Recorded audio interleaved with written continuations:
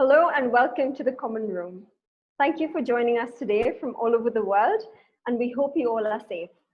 For anyone who is new here, we are a platform for young entrepreneurs, and our mission is to contribute to the startup ecosystem through our various programming. You can learn more about them on our website, thecommonroom.foundation. We are active on Twitter, Instagram, Facebook, and LinkedIn, so feel free to follow us. And you can also sign up for our newsletter on our website.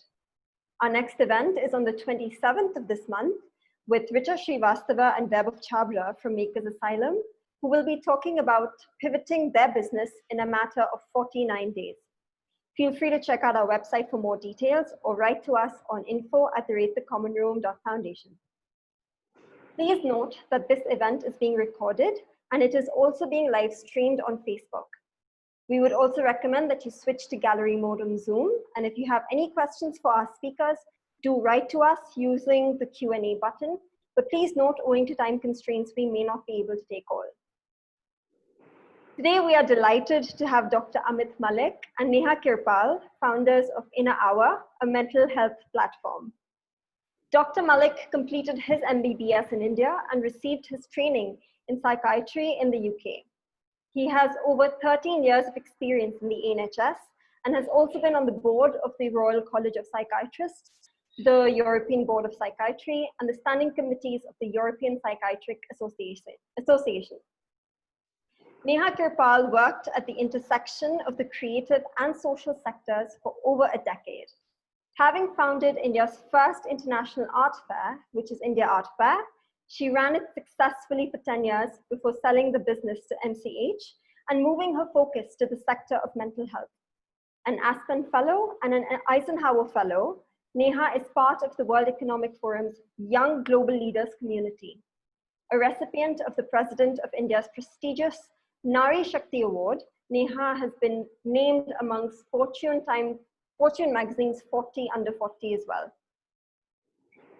As a society, we are slowly beginning to come to terms with the fact that mental health is just like physical health. And if one doesn't take care of it, there are consequences.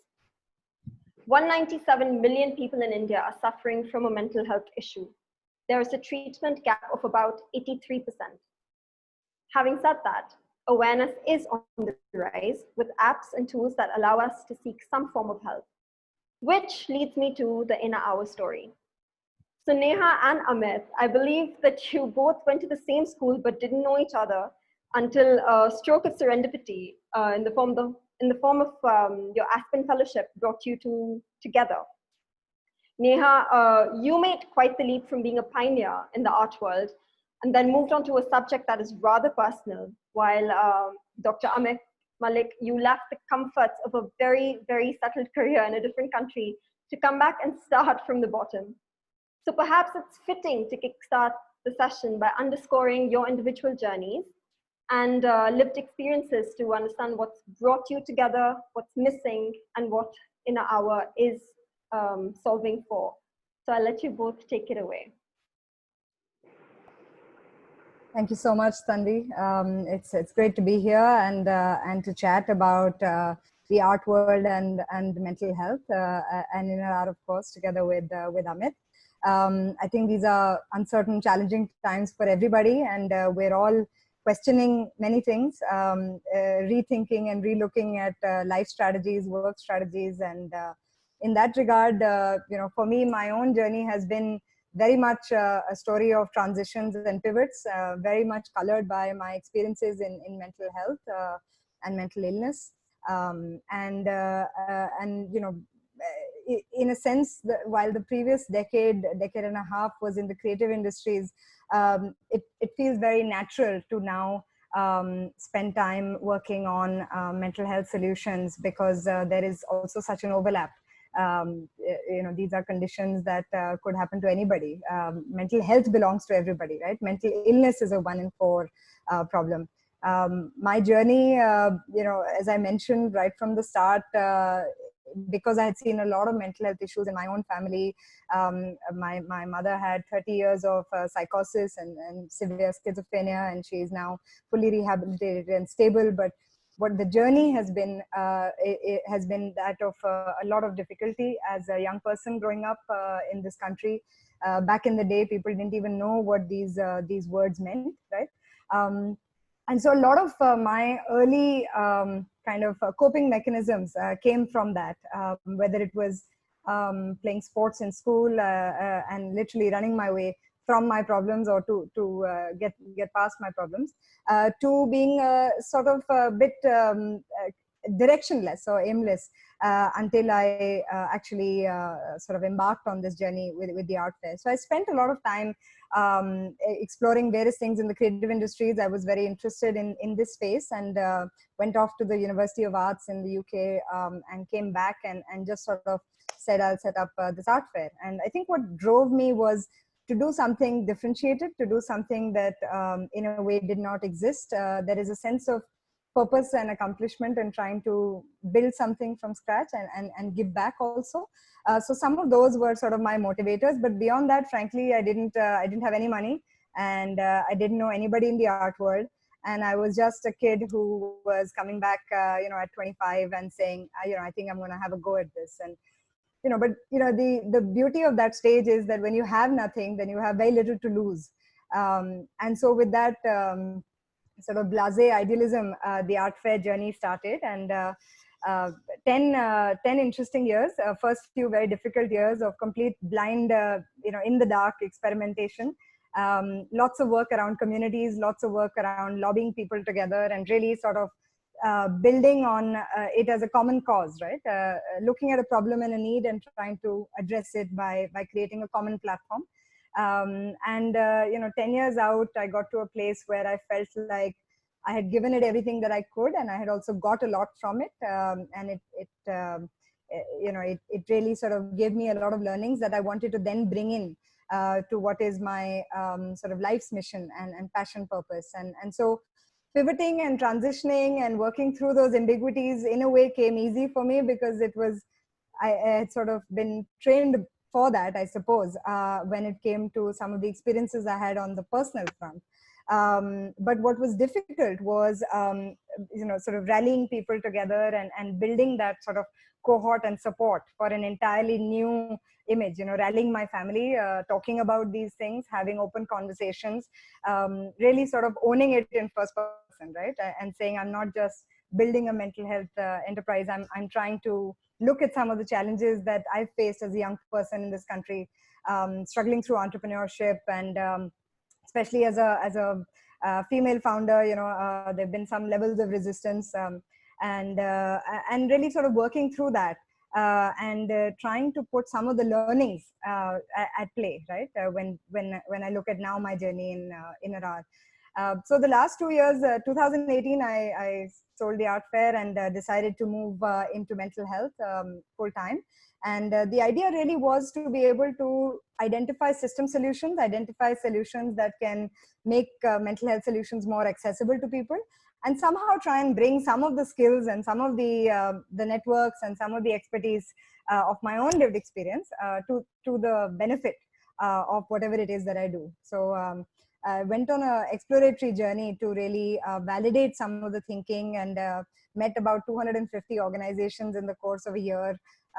Did various fellowships, as Tanvi mentioned, just really to be able to wrap my head around best practice, best way of functioning, refining my own thinking, and trying to identify what that model might be for intervention. Because, it's one thing to say, look, we've all mental health issues and many other kinds of struggles have touched all our lives in some shape or form. It could be issues to do with addiction. It could be issues to do with domestic abuse and violence. It could be mental health issues.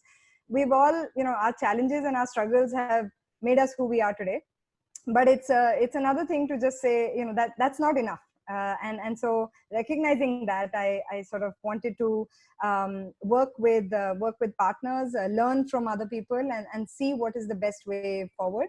In that journey, met and set up a think tank in the UK with some of the top global scientists. Dr. Shekhar Saxena, who's one of my co-founders, was heading mental health at WHO for 10 years, Dr. Vikram Patel, and really sort of bringing together the scientific community to try and look at system solutions, but also the objective of saying whatever we do, can we back it with the best global science? And interestingly, like Amit, some of the top global experts in the field of mental health are Indian, whether it's Shekhar Saxena or Dr. Vikram Malik or Dr. Amit Malik right here.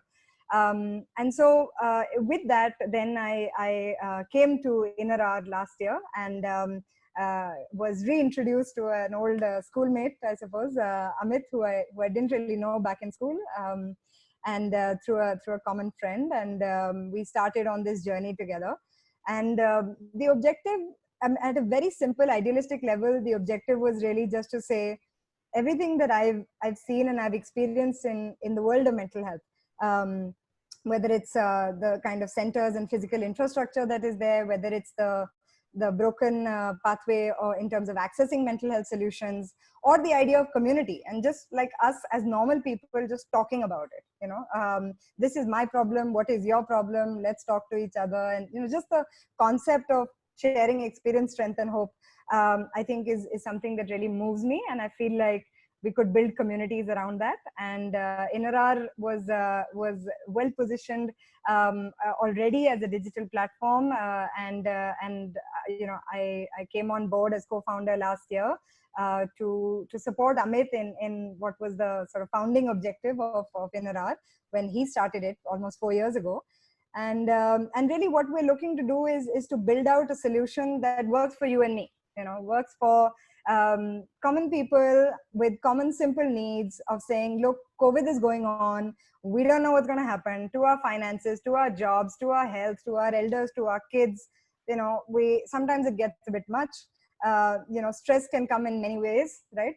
It can be something that is momentary. It can be something that's more long lasting. Grief, worry, anxieties, all of these can be something that just pass away, or something that you actually need clinical help for, right? And at what point are we going to be able to just talk about that normally and say, look, I think I need help, I'm going to go see somebody, and where can I then go, right? And to my mind, conversation is one part of the solution in a way, and it's a big part of it, but it's you can't just be talking about it, right? Where are the services and what is the access pathway to those services? And InnerHour really sort of positioned itself as an opportunity for people to say, look, if you don't know how to start your journey with mental health, if you feel you have a problem but don't really know what's wrong, right? Come and explore, right? Explore it on your own terms, at your own time, in your own way. Personalized programs, that you can do in the comfort of your own spaces. And then we would encourage people, as you go about that journey, you would open up a bit more, you would talk to others, maybe you would seek professional help if you need it. And that's kind of the journey that we want to encourage people to go on. And I'll just end with what Tanvi was saying. 197 million people, India's got maybe a third of the world's burden of mental health issues, whether it's depression, whether it's suicides, addictions. There have been lots of high profile suicides of late that have really made mental health so topical, together with the COVID situation and the uncertainties. So it's no longer somebody else's problem, and it's no longer something that needs to stay in our homes and in our sort of family cohorts. I think it's important for us to be able to get help early, and help ourselves, help our family, help people we work with. Businesses that we're building, a lot of what we're talking about today is around resilience, is around managing transitions, managing stress. Startups are shutting down, funding is drying up, and in the middle of all of that, there are all these existential worries, right? When I found that one of the learnings that I had in the course of my life was that when you don't get answers outside, maybe not from your parents when you were little, maybe not from bosses or colleagues if you're an entrepreneur, you have to look within. And the question really is then, what is your equation with yourself? And how strong is that equation? And how much can you trust the voice that you hear? And what is your ability to then follow on, no matter what the obstacles, right? So to me, some of what my challenges have really helped me look within. And it's a journey that you're constantly growing in and learning from. So this is where I'm at today. But it's a real pleasure to be able to share some of that with other people who are maybe going through a similar journey. This is now technically my fourth startup venture, but of course, it's great to have a co-founder in Dr. Amit Malik. And so I hand over to you, Amit, to bring wisdom and perspective as a real industry specialist. Thank you. Thanks, Neha. I'm always impressed every time I hear the story. I've heard it a few times now, but every time I hear there's something new, I pick up from there. So thanks for sharing again, both the very personal aspect of it, but also the professional journey that you've shared. So I have a much more linear journey till about 5-6 years ago. I went to school in Delhi. I went to medical school in India, and then wanted to train in psychiatry. Actually, wanted to be a surgeon. Worked with a bunch of NGOs after MBBS in the mental health space, and really enjoyed that a lot more than I enjoyed being in the theater. So I thought and decided that I'm going to practice psychiatry. That's where I really enjoyed, and so talking to people, understanding their problems, trying to support them and as full human beings rather than just one part of their body. So went off to the UK, really some really good training programs. I'd worked in a couple of NGOs in Delhi that were run by UK trained psychiatrists, and so lots of advice, lots of inputs, and decided that UK was a place to train in psychiatry. So went off, nearly 20 years ago, and trained in psychiatry in Nottingham mostly, and then some parts in London, but with the best people, and really got well-rounded, high-quality training from lots of people who had developed speciality over the years, right? So that was my sort of early journey. Was interested in the delivery of care and delivery of training from very early days, right? So from very early on, I got very interested in how we train professionals. I've written about it now extensively. I have about 3 or 4 textbooks published and multiple papers published around training and assessments of professionals. And then over a period of time, got really interested in how mental health is organized as a service delivery, both in terms of access, but then also in terms of delivering optimal outcomes. So then in the latter half of my career, I got interested in that. So yeah, so I finished training in 2006-07, and then went off to practice as a consultant psychiatrist in the NHS. Did that for a total of, I think, a year and a half before deciding that I needed to do more than just practice as a consultant. So I started managing the teams I was working in, and those management roles got bigger and bigger, from a 14 people team that I started with to 40 people, and then 200 people. When I say people, they were psychiatrists, psychologists, nurses in mental health, social workers, all part of the same teams, and working in all sorts of settings, community settings, which is not as prevalent in India today, but very, very prevalent in the West, where you treat people in their own homes, to settings in primary care, where you work with GPs and in their clinics to treat people so they don't have to come to a mental health setting, to then working in specialized mental health clinics and managing patients in the inpatient centers and in the large acute hospitals like the Apollos and Medantas of the world, that equivalent. So treated people across the setting, from right in their homes to very large hospitals, and manage those services with clinicians who were working in those services. Those roles kept getting bigger, kept getting more interesting.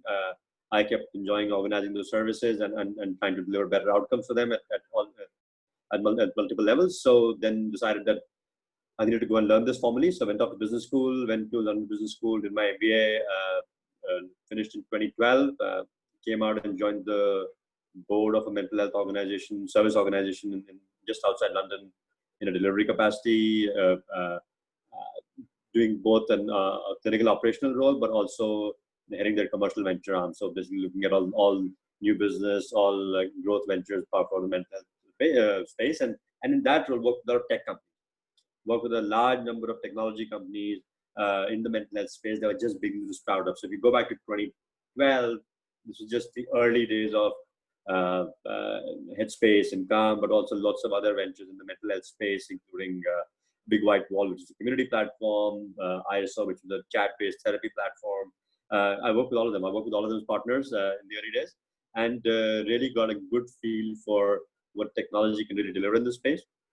I had the tech bug for a while. I'd developed a tech product in my sort of early days as a consultant psychiatrist, working with the Royal College of Psychiatrists As you mentioned in your intro, I worked with the college for a while, was on their board for a while.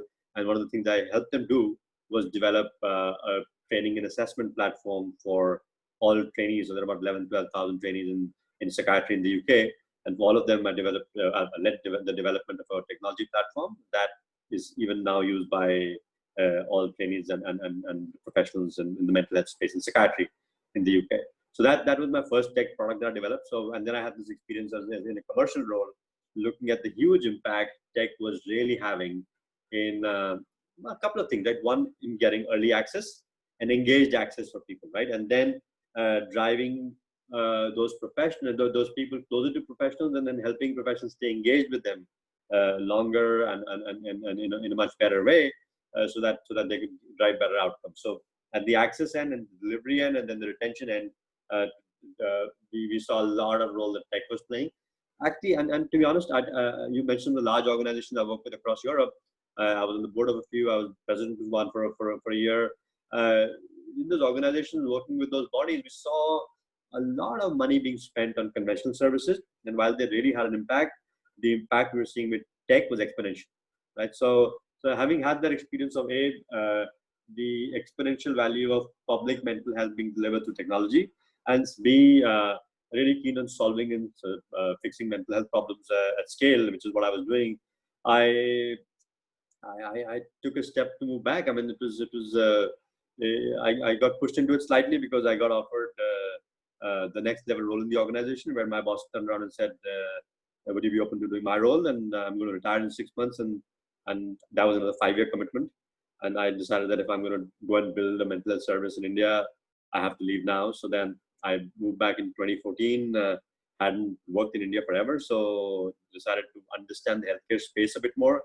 So I went and worked for an investment bank for a year, sort of leading the healthcare practice as the director of investment banking for healthcare, and really worked with a lot of the large players, worked with Naran Hijale, worked with MediAssist, which is a large insurance platform, did some work with a few of the larger names in the healthcare space, and understood the healthcare business better in India, but also developed a network to that sort of year and a half I did there, and then started InnerHour back in 2016.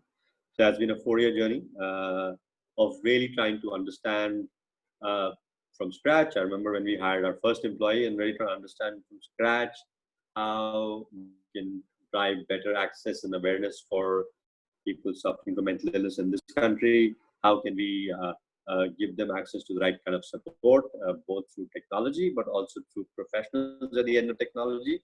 Understand how to work with organizations that employ these people, that educate these people, and at the right time. And when I say these people, it's going to be you and me working in any of these organizations. And so really been a journey of multiple pivots, as they call it in the startup world. For me, it was a journey of just exploration, but pivots probably a cooler word to use. Multiple explorations in the startup world, trying to understand how technology could be applied, how technology could be built around it, and really then how do you connect that to offline services, and how do you really give the full value chain to the user, right?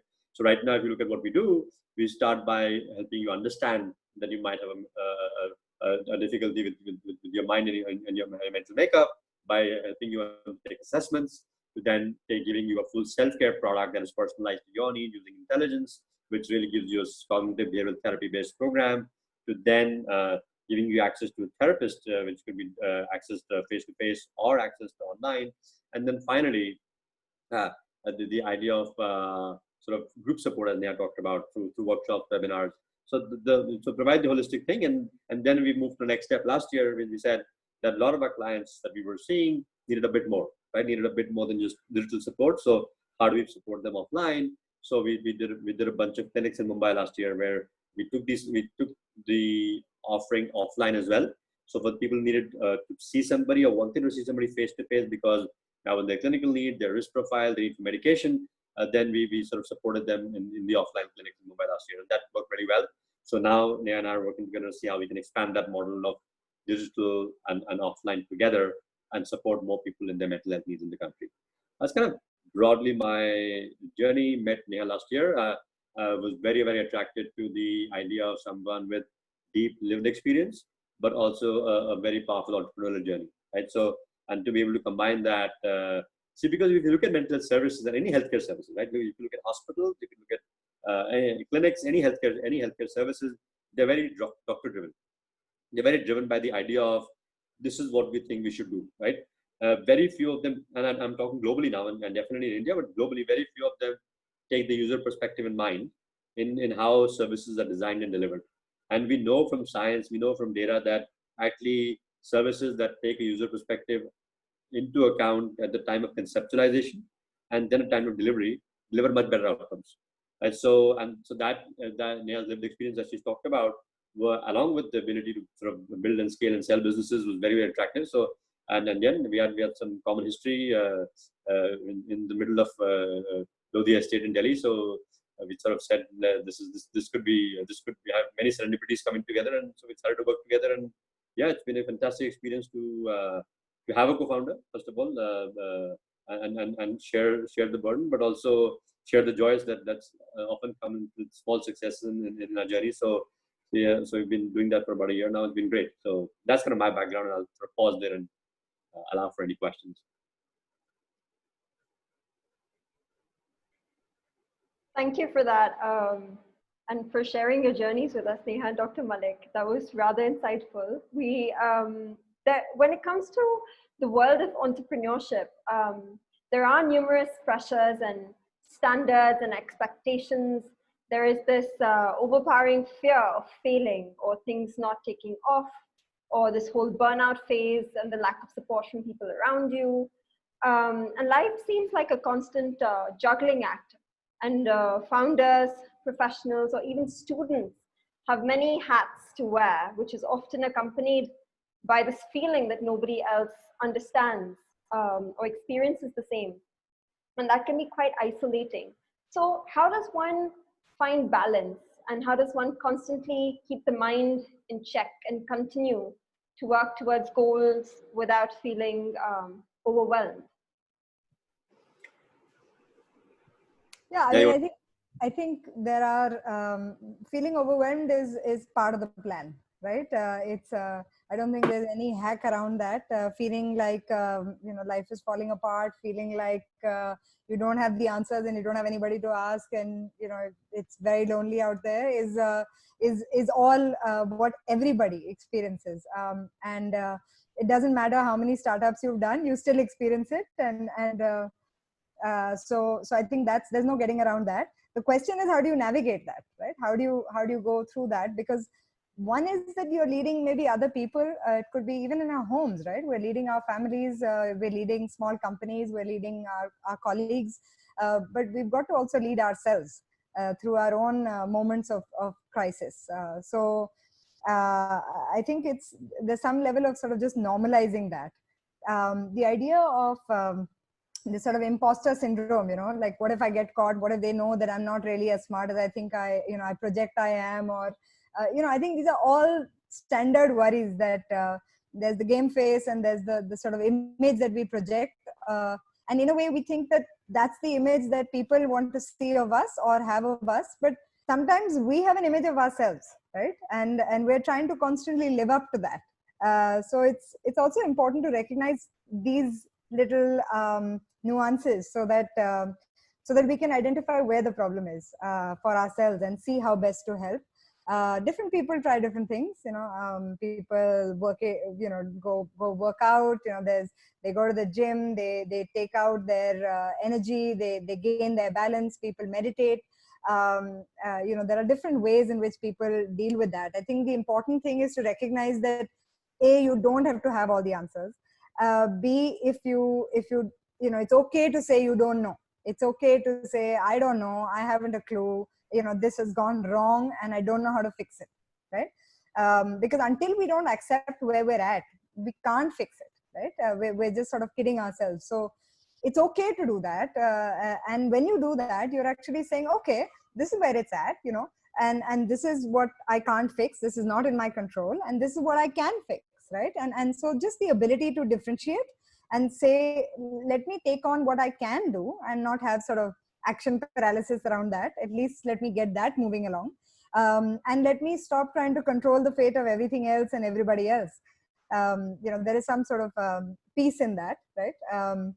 And then it's just a question of holding on and having the resilience and having a sort of a almost sort of blind to externalities kind of approach, right? When it's really something that you believe in, because sometimes people will not echo back that this is going great, or you're on the right path, or you know, you don't get that validation. You don't. I mean, for years, I remember when we opened the art fair doors after working on it the whole year. You know, my colleagues sort of said, "Do you think anybody will come? You know, at all?" And you know, literally for the first 10-15 minutes, you know, we went on to being the 4th largest art fair in the world. We had 100,000 people through our doors, but at that moment we thought maybe nobody will come, you know. And literally the belief was just saying, look, we don't know what will happen, but we believe that if we did A, B, C, D, and you know, everybody else did their bit and they did their bit, and a community was built, and you know, content was generated, and certain efforts were made to you know, sort of really relate and connect and solve a problem. If that's really a problem, then it will move something, right? And so that's sort of the belief that you have to you know, that's your internal conversation with yourself, right? At least that's what kept me going. But Amit, what's your formula? I don't have one, but I think one is, it's hard.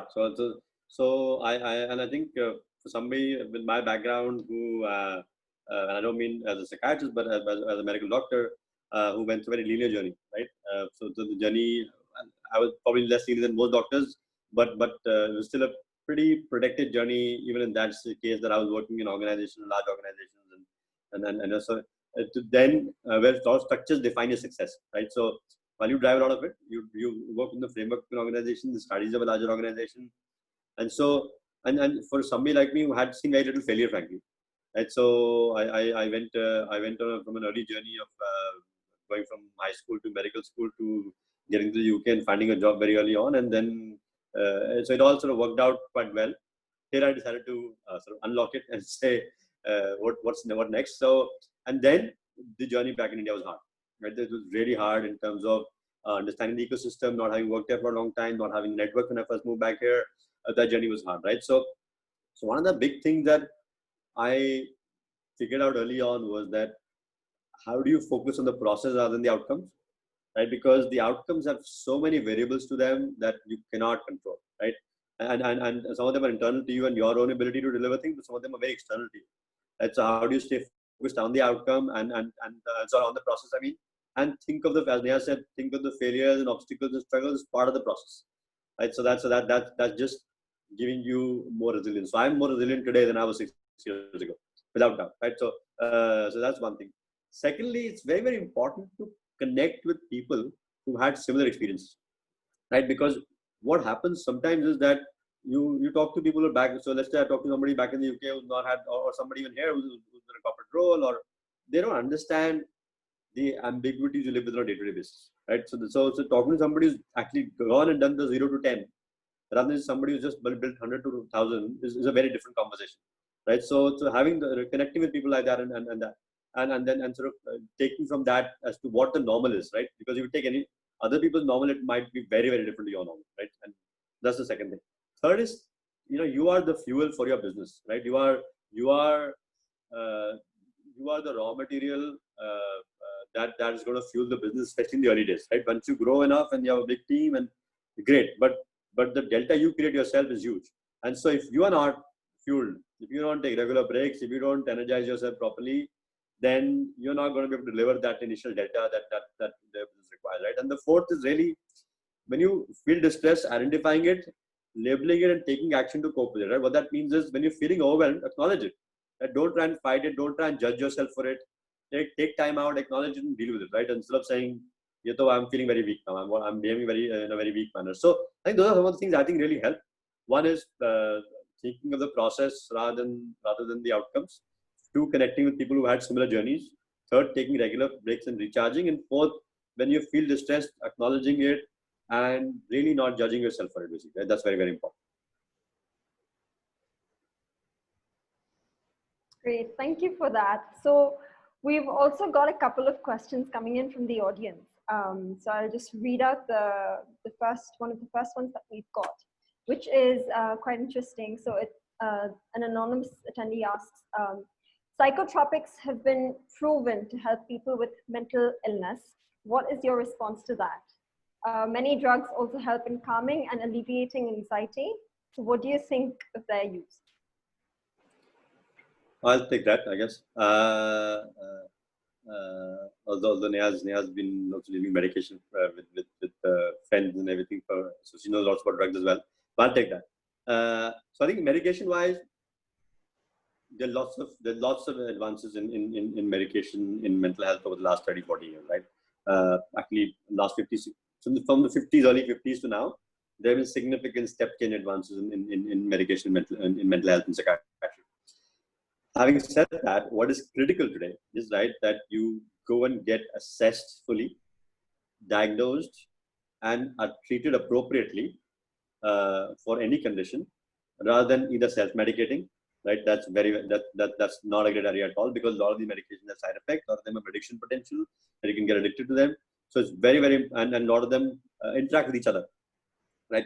So it's critical that you and not take medication because your friend's taking it and felt better, so it's very important that you, if you are going to go on medication to help with any kind of condition, whether it's anxiety, whether it's depression, whether it's bipolar disorder or obsessive compulsive disorder, that you're first diagnosed, successfully diagnosed, and then treated in an appropriate manner. And so, and then it works very well. Then if you go through that cycle, then it works really well in terms of there are lots of good drugs right now for lots of conditions. Right? So that's my response. Yeah, and I think just to add to that, what's almost sort of more of a important innovation or approach in the world of mental health is around coordinated care. Services actually aligning together, so that you're, as people who are struggling, you're not going pillar to post trying to first find a psychiatrist, then find a psychologist, then find some app. You have no idea what is what. At the end of it, you don't even know what your condition is, forget what the treatment is, and the two treatments don't necessarily match, right? So I think the challenge really is that how do people, I'm looking at some of the questions, and it's around vocabulary, right? What is mental health? How are you talking about mental health? What are the words that you use? In Hindi, you don't even have words for anxiety and depression and schizophrenia and various things like this, right? So how do we actually understand ourselves? What are these conditions? When do we know that there are one of these conditions and it's not just like something that will pass away or is momentary, right? Also, we don't know how to talk to others, right, about it. And the simple way is just conversations like these, right? People sharing their experience, strengths, and hopes. If WHO says that 1 in every 4 people will have a mental health problem in the course of their lives, that's in all our families, right? In some shape or form. So I think it's just conversations. How do we normalize something? How do we figure out how to talk about it? Is just by talking about it, right? So I would really encourage that, for those who are asking questions around not sure how to talk about it or not sure what the conditions are, the more you make yourselves aware, the more conversations that happen, the more it will get normalized, the more you will learn about it. And you will learn how to help other people, right? In our organizations, now InnerHour has a whole lot of corporates that we work with on the B2B side. In the last few months on the COVID front, we have created an entire pro bono COVID program, which we're offering to healthcare workers, frontline agencies. And the idea is what? It's organizations and employers coming forward and saying, I want to help the employees in our organization or the staff in our organization. We want to help them better deal with their thing, because employee productivity goes down, anxiety is going up, people are having job cuts, salary cuts. How do you deal with all of that, right? So I think it's very important just asking the question, how do I deal with this? And then you'll be able to look for the answers. So that's definitely sort of one important starting point. Great. One of the other questions that we've got is for Neha specifically. An attendee asks, your move from the art / culture world to the mental health space is commendable. I'm keen to know what were some of the skill sets, if I may call them that, you have taken from your time at India Art Fair and applied most at InnerHour. I think, firstly, I think transitions, at least for me, and all the choices have been driven more by passion than by skill set. When I started the art fair, I don't think I was the most appropriately qualified person to start that. And same for building a mental health ecosystem, right? So I think it's, for me, it's more about passion and commitment, and some of the skills or learnings and lessons I have within, some I'm able to partner or find. Thankfully, Amit agreed to partner and go on this ride together. I think one of the important lessons that I drew from the art world is just this idea of community, right?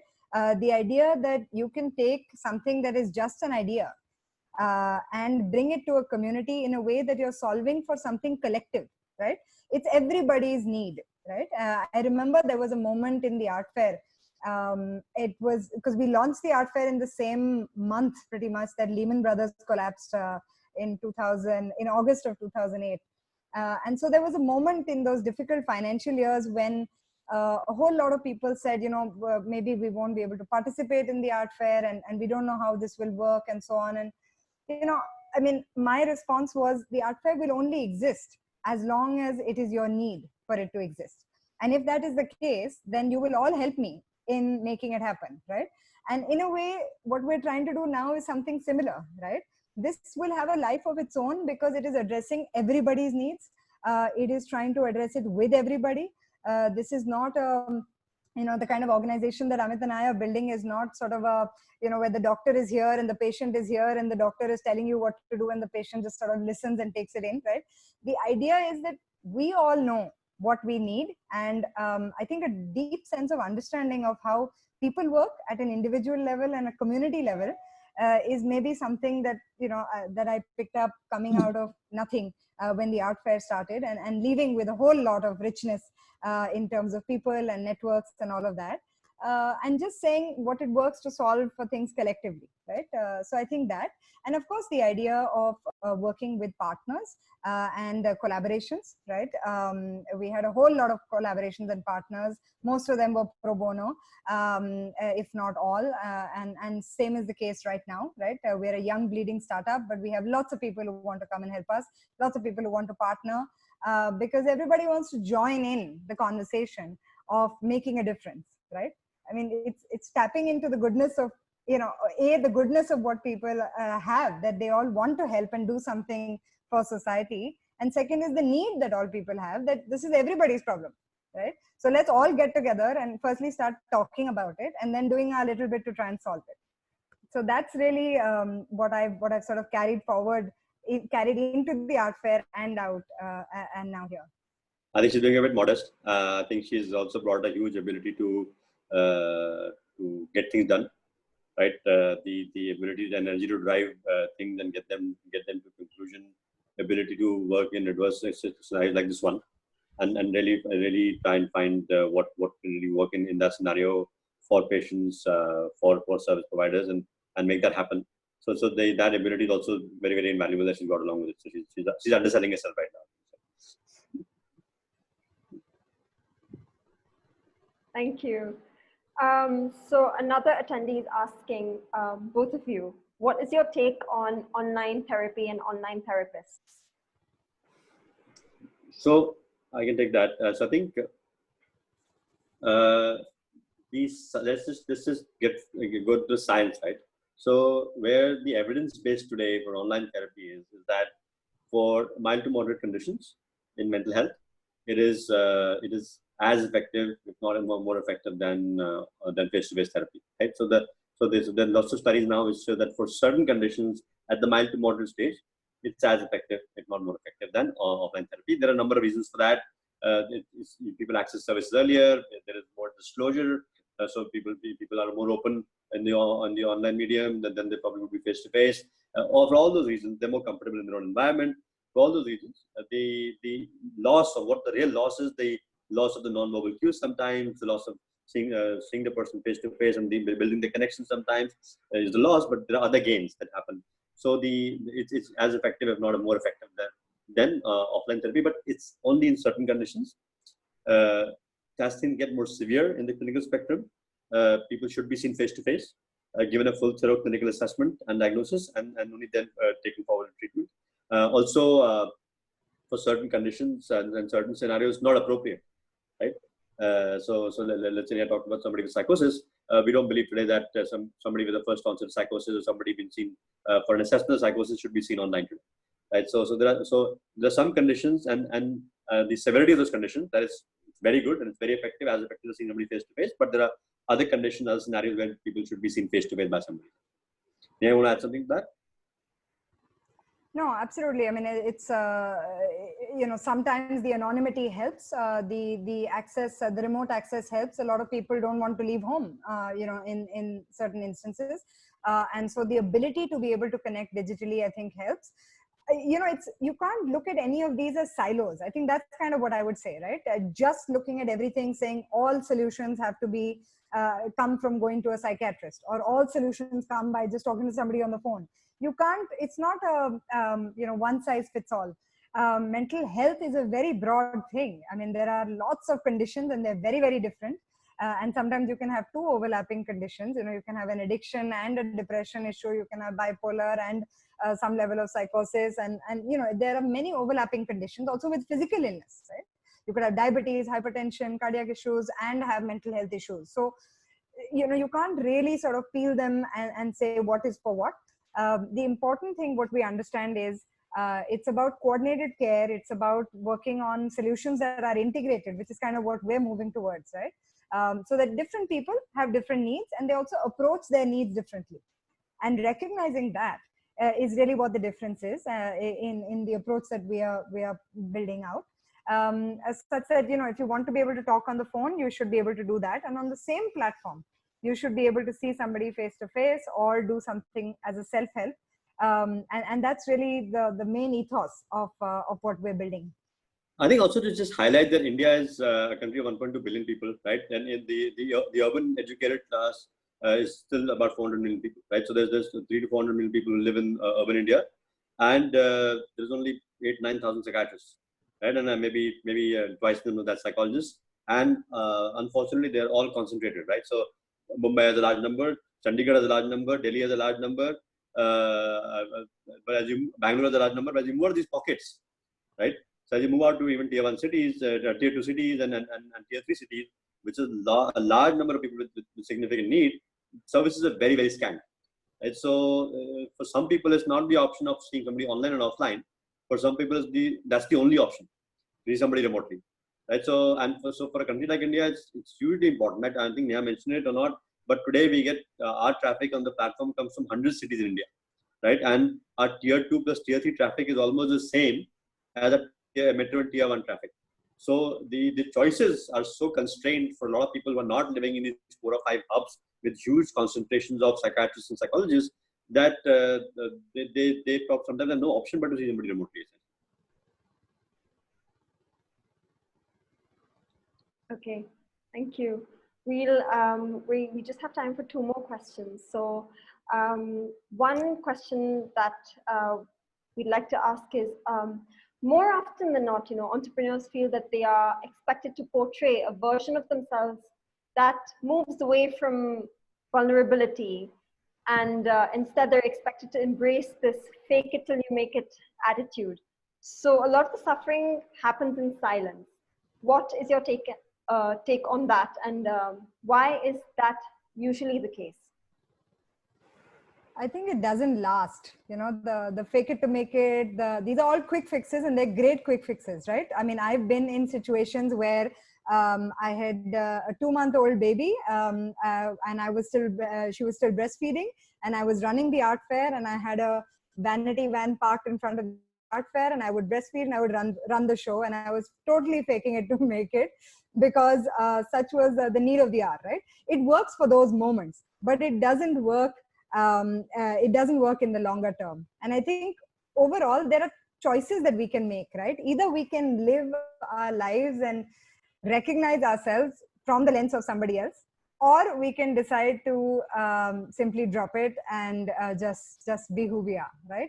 And that's a hard choice. It's a hard choice, especially for entrepreneurs who are in a position where they're always selling, right? You're selling to stakeholders, you're selling to investors, you're selling to get admission somewhere or get a job somewhere even maybe. But, it's difficult then to be able to just say, this is who I am, this is how I feel, this is how I think, and frankly, if my options are limited or different because of that, then I'll take it, because in the long run, the one person that I need to stick by is me, right? And typically people don't think like that, because this is not how we're conditioned, right? We just have to recognize that we are not brought up that way. Our culture is not that way. As children, we're born very different to what we are now as a result of our conditioning. So in this COVID situation, for instance, my 7-year-old daughter is totally relaxed. She's just it's another kind of life for her now, and she's not waiting for a day when will the lockdown lift, when can I go back to my life. Kids have a sense of acceptance and resilience because they just don't have that much baggage or that much conditioning, right? So for us, it's a question of sort of shedding that.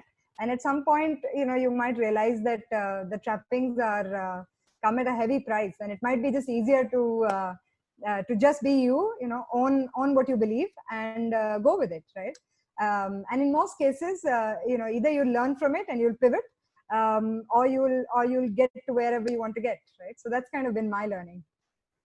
Yeah, I was just going to say that here, just taking the psychological theory behind it, right? So the idea of fake it till you make it comes from the concept of self-fulfilling prophecy, right? So it comes from the idea that if you treat somebody or yourself in a certain way and treat them as they're capable, eventually that will motivate them, and they'll end up believing in themselves, and that will motivate them to do better, right? And then same applies to yourself as well. So if you treat yourself that way, it will motivate you, and you'll end up doing better. But so essentially, if you fake it for long enough, eventually one day you'll make it. Right? That's the whole idea. That's the concept. However, today this idea has turned into a really unhelpful and sometimes harmful narrative that pressurizes people into hiding their vulnerabilities, and this can lead to what's called the imposter syndrome, right? So believing that you're not cut out for the job or role you've taken because you think you've always been faking it, even though you might have come a long way and actually now be very capable, you might not believe yourself eventually, right? So that's the and in our ecosystem, vulnerability is also seen as a weakness, right? It's not even though it's part of your growth, a part of your development as an entrepreneur, as an individual, it's seen as a weakness. So the idea is it's very, very important to express our vulnerabilities. If not everywhere, I know you can't be vulnerable from everybody, from clients, in front of customers, but especially in places where we can be vulnerable, right? With partners, with team members, with family members, where we can unwind, be ourselves, recharge, and continue. Because otherwise, as Neha said, that fake it till you make it strategy is not sustainable as a strategy in many ways, right? So that's the problem. So, and even in business, right, with team members, I have really found that if you show your vulnerabilities, they will respond in a positive manner. And there's a big difference, right? Vulnerabilities can be shown in a way that doesn't make you seem incapable, but you don't have all the answers, right? You don't have all the answers. You're trying to figure it out with them, and sometimes you get it wrong. And in that way, people become more open. They become more collaborative. They work more closely as teams. So actually expressing your vulnerability in the safety of your team also sometimes help grow the team together as well. And they are also more willing to share the vulnerabilities and the challenges and fears, and then you can help them develop as well alongside this. Yeah, I think I saw a question on Hindi and local language. And again, going to the same point about being accessible and being, creating a vocabulary around mental health. Hindi is a big priority for us. At InnerHour, we believe in localization. We have people from 100 different cities, as Amit mentioned, in a whole host of languages. And we're constantly partnering. We're partnered with Daily Hunt, for instance, and they do 14 local languages. So we're constantly looking for avenues where we can broaden the reach for mental health. So it's not an urban, educated, English-speaking audience that has access to mental health services, but just open it up a lot more. So we come to our final question that someone's asked. What are some signs or symptoms to look out for? And what are the basic things that we can do for friends and family who are facing mental health problems? So I'm going to tap into what our therapists tell people all the time, right? And see what is the advice that we give to people all the time as a team. And the first thing we tell them is look at the broad thing to look at is your functioning change, right? Is your level of performance change, and that could be across the board, right? But this could be at work, it could be at home, it could be in a relationship, it could be your physical performance, anything. Are you finding changes in your performance for no obvious reason? We all have dips for a few days, we get a cough and a cold, or right now getting a cough could be a sign of something else. But all of these things happen, right? So, but if this is gone about 2, 3, 4 weeks, and your performance not is changed, you're not able to work to your potential, then think about it. That is something else going on here, right? And then start thinking about other things. How am I sleeping? How am I eating? Am I enjoying myself? Am I able to have enjoyable conversations? Am I able to laugh at a joke? Right? Start thinking about those things. Am I more irritable? Right? And if the answer to a few of those questions is not what your usual self is, then it's time to start thinking about whether there's a difficulty, right? And then sort of keep paying attention to that. Start addressing that. At least beginning to self-care, to try and get your routine right. Try and start practicing the mindfulness meditation. And if that's still persisting, then really consider seeking professional help from both an assessment perspective to see if something is really wrong, and then interventions if after that. So that's the broad question. And you were saying the second part was, how can I help somebody in the family or friend circle? It's really about being aware, first of all, of what this common signs of mental illness could be, right? We are aware that if we have somebody having a persistent headache for 20 days or a fever, then it's a dangerous thing and you should do something about it. Similarly, some of the things I've talked about right now, right? Where are things with if somebody's appetite and energy and positive conversations, and are they feeling guilty all the time? So some of these common signs, being aware of them, and so if somebody is expressing a lot of them consistently over a few weeks, then saying, okay, this person needs help. And the second then step is to make yourself available, to say, I'm worried about you, right? I'm here. How can I help you? Right? The important thing is not to say, oh, you need to go see somebody, or I need to tell you what to do as a first step. The first step is just giving them the comfort and the confidence that A, you're concerned about them for X, Y, and Z reason, and B, that you're available. That's kind of my broad heading. Neha, you must have worked as a counselor for a long time. Yeah, I think most people need to get the message that these are, most mental health conditions are completely curable, and they're 100% treatable, right? And so there is a sense of doom and gloom, and people put off. I think there's a statistic that says people go to their first checkup 4 to 6 years after starting to show symptoms. Imagine for 4 to 6 years, people are thinking about whether they should get help or not. I mean, that sounds absolutely crazy in the context of, if you have a leg problem or a neck problem or a thyroid problem. I mean, and yet only 85% of the people or so ever get any kind of treatment, right? And at the same time, you reverse it and you say in every urban city, all the top doctors are booked. They have long wait lists, they have queues, and you can't get an appointment, right? I mean, I think the whole idea is to be able to say, look, let's these are things that we're all dealing with. Situations like COVID make it that much more obvious that we are all dealing with it in some shape or form, right? Whether we acknowledge it or not, whether we recognize the signs or not. So the more we become aware, like if you have diabetes or you think you have borderline diabetes, you start reading up about diabetes. Same way, the more we can equip ourselves with conversations, with awareness, with some level of understanding, it would help. The more we talk about it openly, right? My daughter talks about it, that how all the children in the school go to the school counselor, and it's a great thing, that they all go to the counselor. Now, these are things that, schools are progressive enough to encourage, and it's open conversation among young people, right? So this is the sort of stuff that you want to do to encourage conversation at a community level. And then the other is in terms of really recognizing, when you're faking it to make it a bit too much, right? In the context of entrepreneurship, whether you look at anxieties, whether you look at stress, I mean, Amit laid out all those symptoms, right?